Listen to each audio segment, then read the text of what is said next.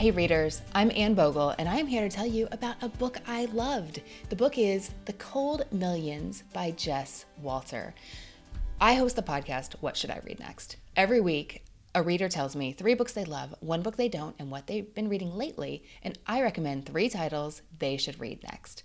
Because of the way the show works, a question I get asked a lot is, but Anne, do you ever hang up from recording with a guest and think, oh, I wish I'd recommended that book to them?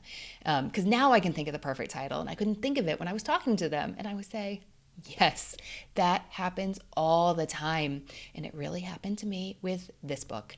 Back in the fall, I recorded a really wonderful episode that we got lots of great feedback on with guest Sarah Jones. The episode is called A Little Free Library with a Life of Its Own. And she is a Little Free Library steward in Spokane, Washington. And something we talked about is how fun she thought it would be if she could share some local books, either set in Spokane, which would be best, or in Washington State, which would be okay. She said it was fine, with her neighborhood readers who come to her for great book recommendations that she puts in her library.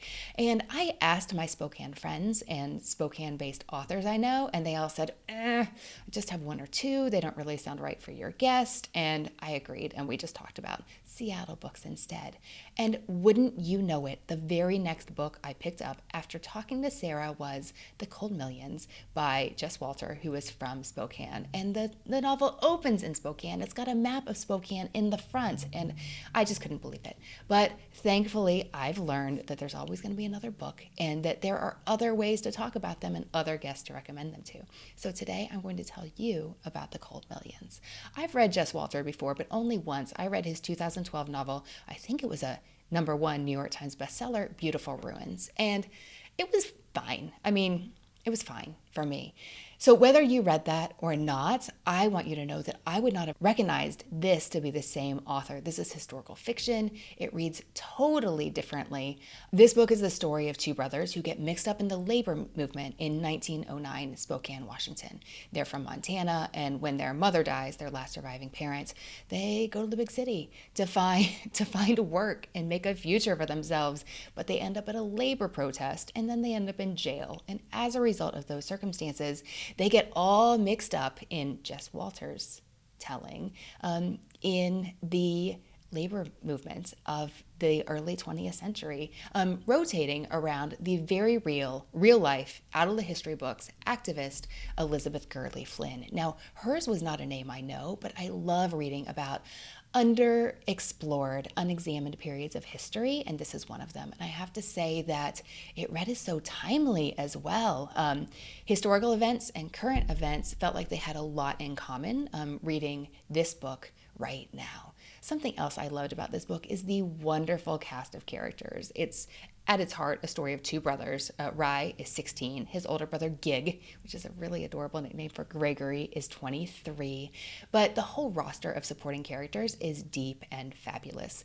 They're attorneys, Gurley Flynn, their fellow organizers. There's a vaudeville actress who might be my favorite character. Her stage name is Ursula the Great. Her backstory is fantastic. There's a few wonderful scenes involving people who want to help the boys or who don't want to help the boys. There's a scene with him buying gloves.